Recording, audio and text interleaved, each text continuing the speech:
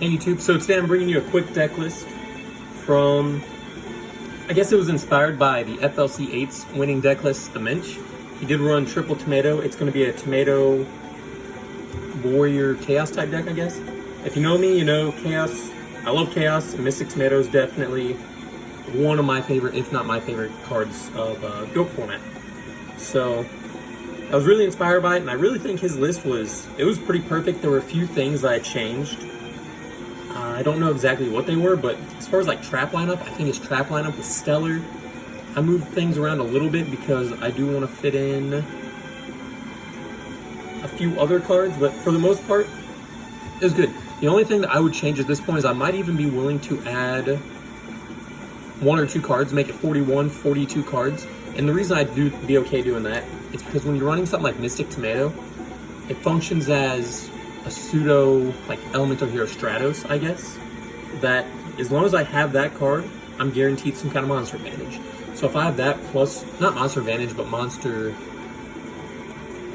oh no, I have monsters.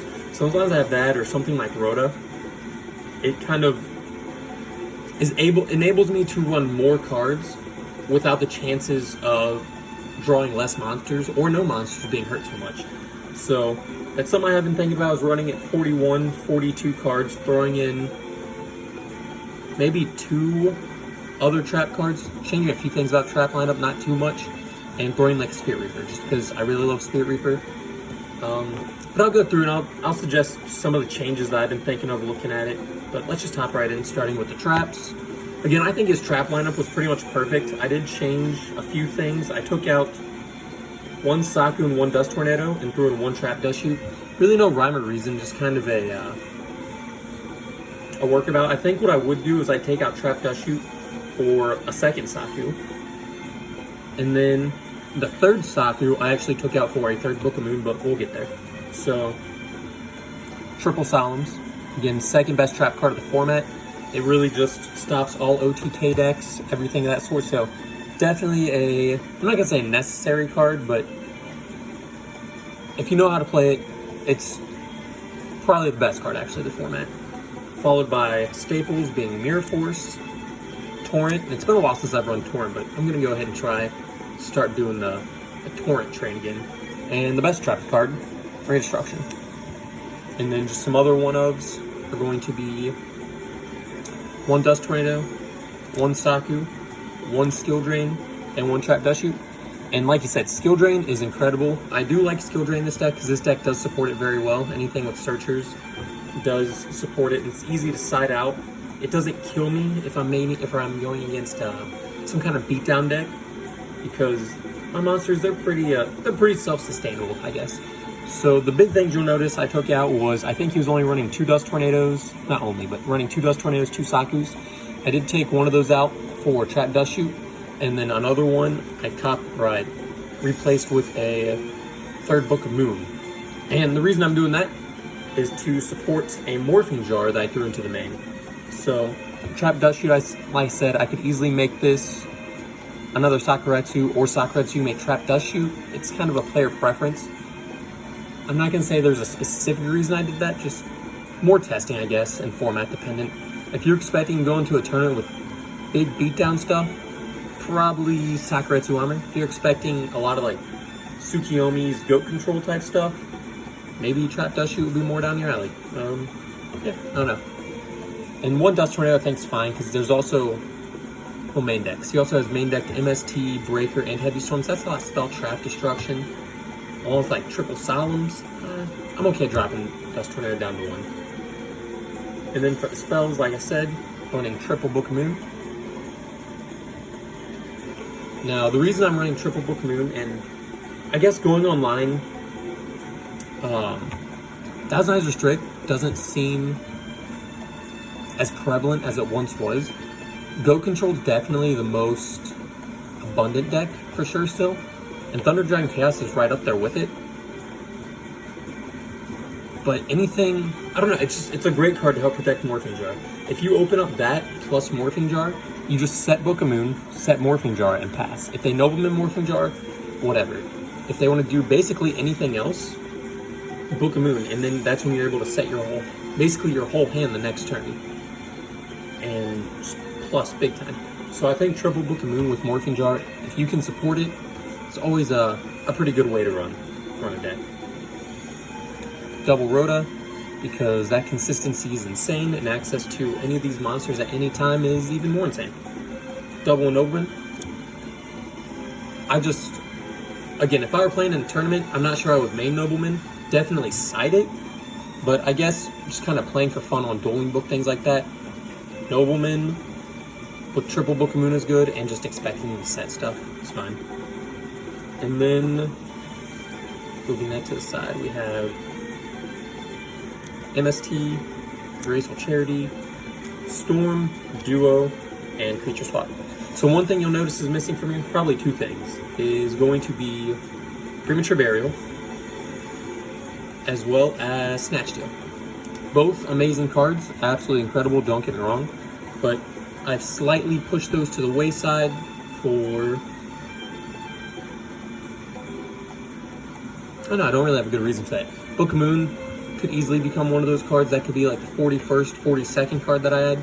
Really could be anything. Premature Burial would be good. Being able to go grab back Chaos Monsters, Exiled Force, Midoriya, Danzalug type stuff is always good. In fact, Call the Haunted would be good for the exact same reason. Again, it just comes down to player preference. I'm just kind of in testing phase. I've never been in a situation where I'm like, gotta have this Premature Burial, gotta have this Call the Haunted or Snatch Steal. But Snatch Steal I'm a little bit more reluctant to, because I don't have anything that I can do with the monster once I take it, but I don't know, if you take a BLS or something, you don't need to have anything to do. Then the Heart and Soul of the deck, triple Tomato. You can always lower monster counts when you run something like Tomato, because this basically guarantees you always have a monster. The thing about Tomato, and really any recruiters, if you've been playing GOAT format a lot, you realize the lengths people go to destroy these when it's not by battle. They will sit there and they will take if they have a monster that can attack over it. I've seen players take like 3 direct attacks just to wait till they draw a Sakuretsu Armor or Exile Force or whatever it might be that destroys it by effect, rather than just summoning their 17, 18, 1900 attack monster, whatever it is, and just attack over it. And I don't know if that's like a mind game, or they think they're going to be falling super far behind if they do attack it, or somehow I'm going to get insane advantage, because I don't know. While Go format does have good targets for Mystic Tomato, none of them are game-changing targets. So always remember that whenever you see any kind of recruiter, besides maybe Generite, because if they go into Rescue Cat and you just let that happen, you can lose that game. But 3 Mystic Tomato, and then we run triple Blade Knight. Again, a very good call. Not so much for, its flip effect is incredible, but that 2000 attack and a normal summon searchable light monster is insane. The only thing that I desperately don't like about this deck, I guess, is how hard it just absolutely loses to like Gravekeeper Spy, and most decks do. Gravekeeper Spy is just one of those cards that if you don't have the out, you don't have the out. If you have the out, you have it, kind of thing. So something that I don't have right now, but I probably should add or look into adding, is the Grandmaster Ninja Sasuke card. I think that's his name, I can't remember. But that, or even Mystic Swordsman level 2, just to try to like snipe those cards before they get flipped. But again, Blade Knight, excellent card. Just good pressure all around. And then everything else is one of, and we're going to start with the tomato targets. 1 Don, 1 Midoriya, 1 Sangan. Don doubling as a Rhoda target, as well as just creating great pressure. This, along with DD Warrior Lady, I'm a big fan, just turn 1, setting, pass. As long as I have something behind it, like a Sakuretsu Armor, Book of Moon, or something that can help protect my monster if they do have something that can attack over it. But, you know, sometimes they just go summon Sangan or summon their own recruiter and attack, and you just catch them, and you make them discard a card. If it's Sangan, you catch them, then you switch to attack mode, attack again, and you discard a card before they search. So, great card. Midoriya is a card that I might be willing to add 2 of, just as a pseudo Exile Force. And Exile Force, I would add. If Exile Force were at 3, I'd be running through Exile Force. That card is that good in GOAT format. One of the main reasons I should put in a Premature Burial, actually, is because of Exile Force. But that's, again, more testing. Oh, dropped a card. And then finally, Sangan, who, again, just one of those oddball, easy to put pressure. Everyone knows Sangan. I don't run Serpent, so its targets are more or less. There's not a one ton you always want to search one target, is what I'm trying to say. Your targets will always change as the game state changes. So then we have Exile Force, Warrior Lady, Breaker. And Breaker's something that I've been moving away from, but in this more controlled deck, I definitely feel better summoning Breaker. I don't like Breaker in any kind of turbo decks, like Thunder Dragon turbo type stuff, but in this slower pace deck, I don't know what it is, but I love the ability to summon Breaker and just destroy something and then attack over something, or vice versa, or get it out before Chaos Monster. But just something about turbo deck where if I have this Breaker, I don't want to use it. I don't want to use my normal summon when I could be setting a flip monster, for example. I don't know. Terrible logic, but then we have Morphing Jar and Azure Priest. Azure Priest goes great with the creature swap. It just helps out with the GOAT format matchup. He ran this in 2s. I dropped it down to 1. It could be 2. Really, it could. A weird card that he wasn't running was DD Warrior Lady, which, being a light monster and searchable by Roto, I found pretty weird, but I guess Skill Drain does turn it off.